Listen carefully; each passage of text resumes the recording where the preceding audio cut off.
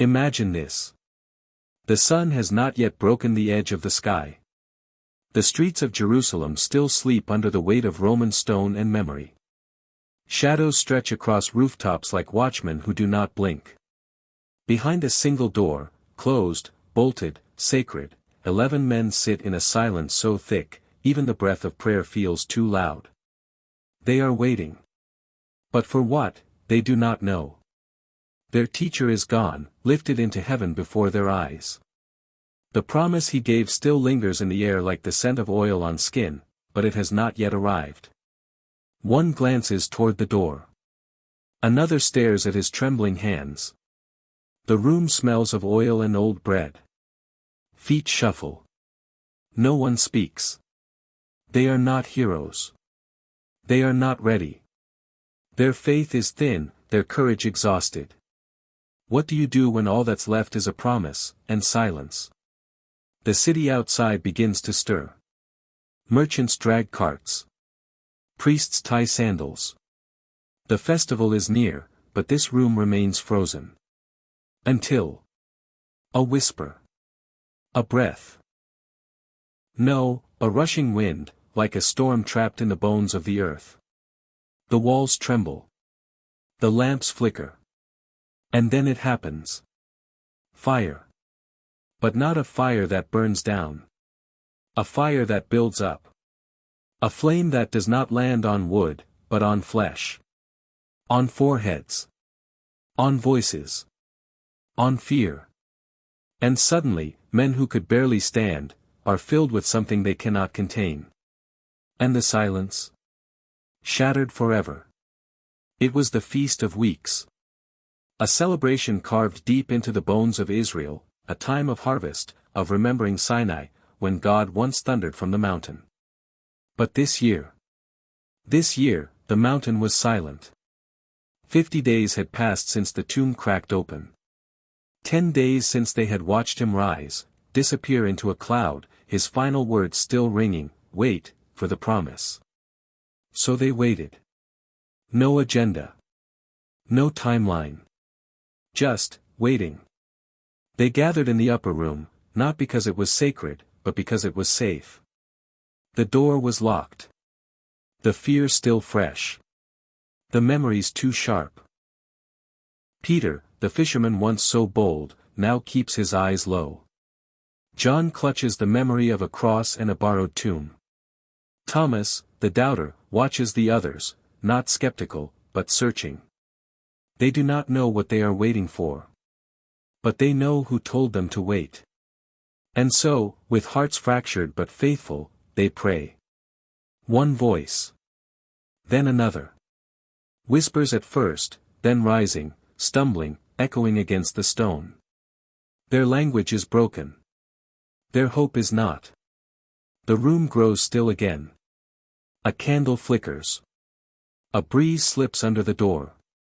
Heaven has not yet spoken. But it is listening. Then. It came. Not as a whisper. Not as a warm feeling in the chest. But as a sound. A sound so fierce, it ripped through the silence like lightning through fabric. It wasn't from the door. It wasn't from the sky. It came from within, as if the breath of God Himself had been held for centuries, and was now exhaled in full. The walls shook. The floor beneath them trembled. And then, fire. Not falling like judgment. Not spreading like destruction. But descending. Precise. Gentle. Fierce. A tongue of flame, on each head. Resting. Remaining. Not a symbol. A presence. And suddenly, the room filled with a sound never heard before. Voices. Bursting from lips too stunned to understand. Words none of them had studied. Dialects from deserts they'd never crossed, from cities they'd never seen. Galileans, speaking as if the world had been written on their tongues. And outside. The noise could not be contained. The door burst open, not by force, but by fire. And now the city heard it too.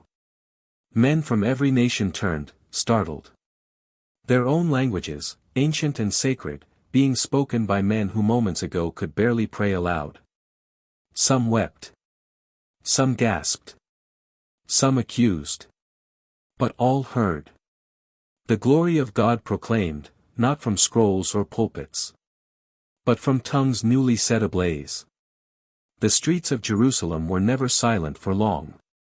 Especially not during the feast. They came from every corner of the known world. Parthians from the east.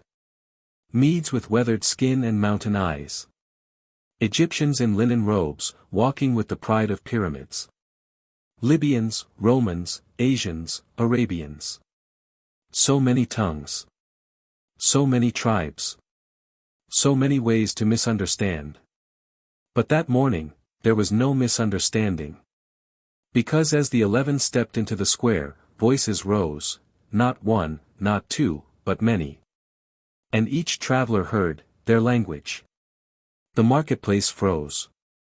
Merchants dropped baskets. Children pulled at their mothers' sleeves. This couldn't be right. These were Galileans, men of one dialect, one land, one story. Yet now they spoke the secrets of the soul in every tongue under heaven. Not rehearsed. Not repeated. Revealed. Some stepped forward with tears in their eyes. Others stepped back, accusing, they're drunk. But none could deny what they were hearing. Not confusion. Communion. Not a babble of noise. A calling that reached past the ear, into the heart. And then, from among them, one man stepped forward. Peter. The one who once hid by a fire. Now, with fire resting on him, he raises his voice. And the world leans in. The crowd pressed in. Voices arguing. Eyes searching. Hearts unraveling. Some called it madness. Others whispered of miracles. But then, one voice rose above them all. Not from the temple steps. Not from a scroll-covered scholar. But from a fisherman. Peter. The one who once trembled at the questions of a servant girl. The one who denied the Christ, not once, not twice, but 3 times, as the cold of night wrapped around him, and the rooster cried. That Peter. Now stood, not beside a fire of denial. But within a fire not made by hands. His eyes no longer darted. His shoulders no longer slumped. He stepped forward, not with certainty in himself, but conviction from above. His voice, clear, steady, thunderous, echoed across stone walls and skeptic hearts. These men are not drunk, as you suppose. This is what was spoken by the prophet Joel. And then, he spoke the scriptures. Not as memory. As fire. He spoke of visions. Of dreams. Of spirit poured out. Sons and daughters prophesying. Old men dreaming again. Young men seeing what their fathers could not. He painted a world reborn, not by politics or power, but by presence. And the crowd stood stunned. The man who once ran from a cross, now stood beside one, resurrected and radiant. The Spirit had done what no sword could. It turned a coward into a witness. Pentecost didn't end in Jerusalem. That fire didn't die in the upper room. It spread. It moved from lips to hearts, from cities to nations. From scrolls to souls. It leapt borders. It outlived empires. And now, it burns in you. This isn't just a story of the past. This is your inheritance. You are not a spectator to this fire. You are its vessel. You, formed from dust and breath, were made to carry glory. Not to keep it hidden. Not to tame it. But to release it. You are the temple now. Not made of stone, but of spirit. And that same spirit that turned fishermen into preachers, that shook cities and opened blind eyes. That spirit has not changed. He still speaks. In dreams. In whispers. Encourage where there used to be fear. But the question is not whether he speaks. It's whether we're still listening. Whether we'll move when he nudges. Speak when he gives breath. Love when it costs everything. This is not ancient history. It is present fire. What is God waiting to awaken in you? Is it a voice long silenced by fear? A dream buried under disappointment? A calling you've been too afraid to answer? Where have you settled for safety when the Spirit is calling you into fire? Where do you need to speak, though your voice shakes? Where do you need to forgive, even if the wounds still burn?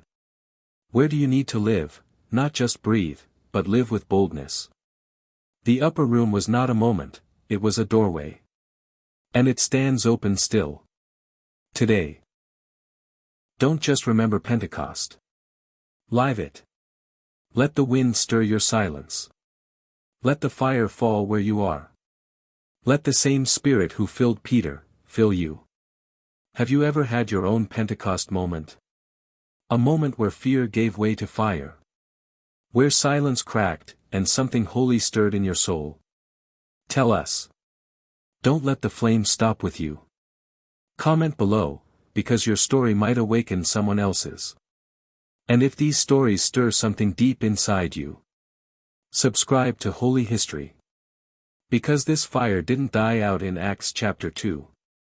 It still burns. And he still speaks.